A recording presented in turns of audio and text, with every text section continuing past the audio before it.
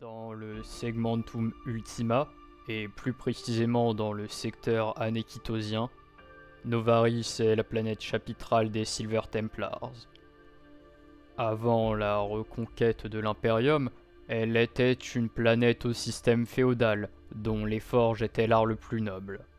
Dans une période sombre de la planète, la population tomba aux mains des Flawless Host, une faction Astartes hérétique dévouée au prince de la luxure. Sous la tyrannie et travaillant jusqu'à l'épuisement, les forgerons de Novaris, dans d'immenses forges démoniaques, y produisent des armes corrompues par les forces de la ruine. Alors que la majorité de la population fut tuée, sous le travail ou face aux Space Marines du chaos, les Silver Templars arrivèrent par surprise pour finalement réduire en cendres la misérable flotte hérétique. Cependant, à la surface, les sorciers traîtres ont engagé un rituel d'invocation démoniaque.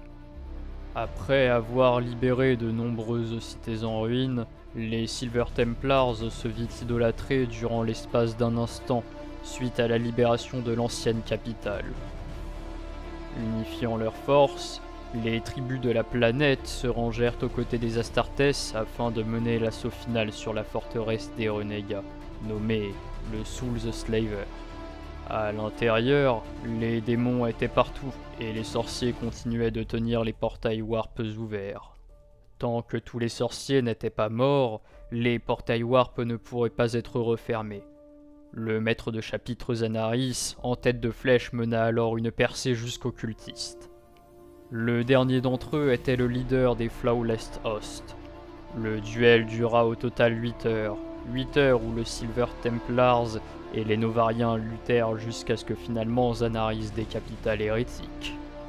Jusqu'ici, les Silver Templars étaient un chapitre de flotte qui n'avait pas de monde pour lui.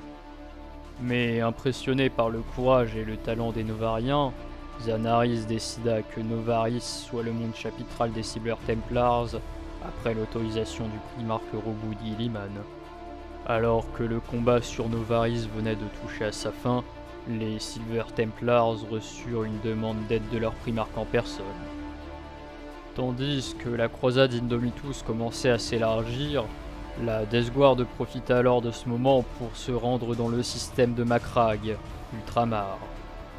Après avoir détruit de nombreux mondes sur leur passage, la Death Guard arriva finalement jusqu'à Macragge. Sans attendre, 3 compagnies de vétérans des Silver Templars furent déployées et dépêchées sur le système. Mené par le capitaine de la 3e compagnie Patricias, presque l'entièreté des chapitres successeurs des Ultramarines se rendirent sur place. Lors de l'assaut, les chapitres se virent séparés. Ne retrouvant que pour allier les Nova Marines, les Silver Templars ainsi que leurs cousins se retranchèrent dans une cité ruche. Sans difficulté, les Astartes détruisirent la menace de mort-vivant qu'il y avait dans la cité avant de s'en servir comme place forte. Tandis que les défenses faiblissaient face aux lourds assauts de la Death Guard, les Plague Marines finirent par entrer dans la cité ruche, infligeant de lourdes pertes aux loyalistes. Le capitaine Patricias prend comme décision de se battre alors en combat singulier avec le seigneur de la contagion qui menait l'armée. Laissant les Nova Marines se faire submerger de l'autre côté de la ville, les Silver Templars se sacrifiaient par dizaines pour permettre au capitaine de la 3e compagnie d'atteindre le commandant des traîtres. Enfin à portée, le capitaine Patricias supporta les coups mortels du seigneur de la Death Guard avant de finalement avoir raison de lui. Maintenant sans chaîne de commandement, la Death Guard, désemparée, finit par se faire repousser. La fin de bataille fut amère pour les Nova Marines, dont le capitaine accusa le capitaine Patricias d'avoir laissé un vide dans la ligne de front lorsque les Silver Templars se lançaient à la charge vers la Death Guard. Cet abandon de position causa alors des pertes pour la moitié des Nova Marines sur place. Ce à quoi le capitaine de la 3e n'avoua pas sa faute, jugeant que la victoire était la finalité de la bataille par cette action. Suite à cette altercation, Nova Marines et Silver Templars ont maintenant beaucoup de mal à se voir sans même se provoquer ou se battre. Plusieurs décennies, à la suite de l'invasion du système d'Ultramar, une équipe d'assaut des Silver Templars dut se réfugier sur un monde industriel nommé Nectis. Les habitants, offrant leur abri et de quoi se remettre, Les Silver Templars leur prêta alors le serment de l'épée, protéger Nectis de toute menace. Alors que personne n'était au courant, Nectis subit un assaut orc. C'est seulement grâce au maître archiviste Lonas, qui eut une vision de la planète industrielle se faisant ravager, que les Silver Templars se mirent en marche. Une fois informé, le maître de chapitre Zanaris respecta son serment et envoya la deuxième ainsi que la troisième compagnie de son chapitre sur place.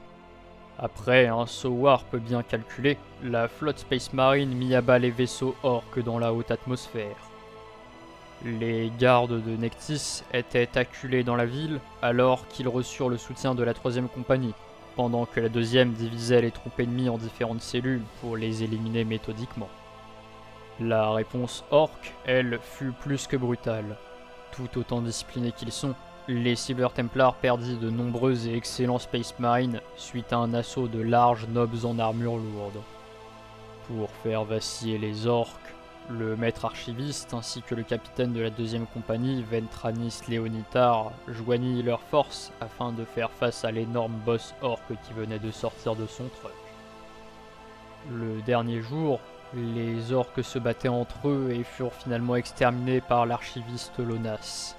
Ce jour-ci, Nectis fut sauvé et par la même occasion le serment de vengeance des Silver Templars honoré.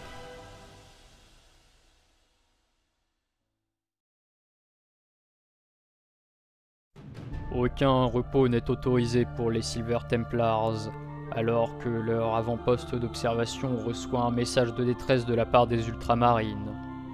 L'un des pires ennemis des Silver Templars, la Death Guard, prend d'assaut les fils de Guilliman retranchés sur la lune de Lyceus. Bien que les Silver Templars aient reçu le message, ils ne répondirent pas afin de ne pas alerter les hérétiques de leur arrivée. Ils lancèrent alors l'assaut en sortant du warp en face du blocus de la Death Guard avec un croiseur d'assaut planétaire, tandis que l'assaut final des hérétiques venait d'être lancé au sol. Se taillant un chemin en percutant avec sa proue les navires hérétiques, une fois en atmosphère basse, le vaisseau lâcha les drop pods de Terminator, Hellblaster et Incinérator. À leur arrivée, ils prirent à revers les Marines pestilents. En quelques heures, les hérétiques ainsi que leurs véhicules furent réduits à l'état de métal et de chair fondue. Lorsque les premiers Silver Templars arrivèrent aux lignes alliées, les Ultramarines, eux, n'étaient plus qu'une trentaine. Ce soutien fourni par les Silver Templars ne souda que plus leur héritage commun avec les Ultramarines.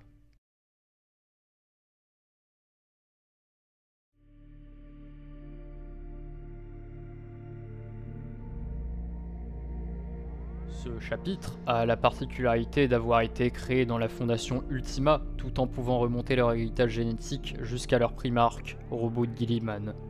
Le parcours type d'un futur Silver Templars commence en été.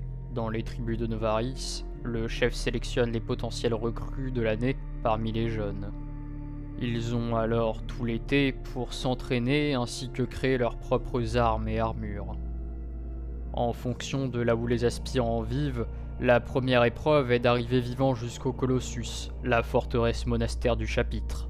Après avoir traversé mer, montagne ou désert en fonction de là où ils vivent, le premier réel défi se déroule sous les yeux du capitaine maître des recrues, chapelain et apothicaire du chapitre. Les aspirants doivent ainsi présenter leurs talents à l'épée dans des duels à mort. Une fois victorieux de leur combat, les survivants n'ont ensuite d'autre choix que de laisser leur équipement qui les a menés jusqu'ici pour finalement se vêtir d'une robe cérémonielle avant de gravir le Colossus. Une fois en haut de la forteresse monastère, les initiés sont guidés par les chapelains du chapitre. C'est d'ailleurs au même moment que l'endoctrinement débute, alors qu'il leur est enseigné l'histoire et les tactiques de combat du chapitre. Lorsque les apprentis ne sont pas en train de travailler, ils sont sur la table d'opération à subir les améliorations génétiques par les apothicaires. Une fois les transplantations achevées, les initiés reçoivent de nombreux tests mentaux et psychiques qui sont supervisés par un archiviste. C'est seulement après avoir survécu à toutes ces épreuves que les apprentis arborent enfin le héraldique des Silver Templars. En 10 compagnies de 100 Space Marine Primaris, la première d'entre elles, est, comme dans la majorité des chapitres, constitué des meilleurs Astartes des Silver Templars. Successeurs des Ultramarines, les Silver Templars adhèrent entièrement au Codex Astartes, et par conséquent, le chapitre suit à la lettre son ordre de constitution, dirigé par Vitalias Duca. Les compagnies de la 2e à la 5e sont des compagnies de combat, dont la 6e et 7e compagnie de réserve remplissent les morts dans ces dernières s'il le faut. La 8e compagnie, quant à elle, est une compagnie d'appui rapproché. Même si toutes les compagnies possèdent des Reavers ainsi que des Interceptors, la 8e en est uniquement constituée et forme les premières vagues d'assaut planétaires. La 9e compagnie, quant à elle, est une compagnie d'appui-feu composée de Hellblaster et d'autres armes de Devastator. Elle est également la compagnie dans laquelle les nouveaux Silver Templars sont formés aux armes de spécialistes. La 10e compagnie est la seule à être surnommée. Du nom de compagnie Vanguard, la 10e est spécialisée en reconnaissance et infiltration par des Marines en armure Phobos allégée.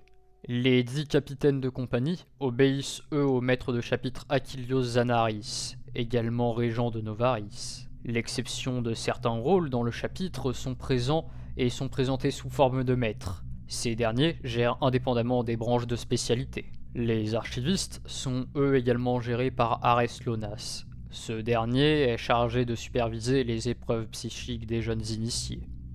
Le maître des apothicaires, Armand Lascari, est lui chargé de documenter les pertes enregistrées dans le chapitre, mais aussi de récupérer les armes ainsi que les gènes. Ensuite, son devoir est de rapporter tout ceci au Colossus afin de les exposer sur le mur des déchus. L'honorable maître armurier Priscien Stilicho parcourt lui l'immense armurerie de la forteresse monastère pour remettre en service les armes de ses frères défunts lorsqu'il estime qu'il en est temps. À côté se trouve un rôle particulièrement unique au chapitre par son nom. Le gardien des serments est une notion qui est venue du capitaine des Imperial Fists il y a maintenant 10 000 ans. Ce rôle est aujourd'hui endossé par Hécaton, le plus haut gradé des chapelains du chapitre. Il est l'une des figures du chapitre et excellent combattant comme stratège. Il s'inscrit dans la légende lors de la conquête de Novaris dans le col de Sendarin. Avec une dizaine de frères, il fit face au corps à corps face aux Space Marines du chaos. Son exploit le plus récent fut d'avoir mené une chasse intensive pour débusquer les infiltrés de l'Alpha Légion dans l'Imperium. L'une des spécificités des Silver Templars est le lien martial. Tout Space Marine du chapitre est un armurier accompli. Ils établissent leurs propres armes et armures en se liant à un esprit de la machine. Le Silver Templar se voue entièrement à la maîtrise d'une arme à laquelle il est lié. La perte d'une arme liée est peut-être l'une des plus grandes humiliations à avoir pour un Silver Templar. Au 42e millénaire, les Silver Templars sont l'éclair qui s'abat sur la ligne de front de la croisade Indomitus. Ils sont les maîtres froids, les templiers de légende de l'Adeptus Astartes. Par l'épée ou le bolter, les Silver Templars arrivent comme un marteau qui fracasse l'hérésie lorsqu'elle vient. Et si ce n'est pas elle qui vient, alors les Silver Templars viendront à elle.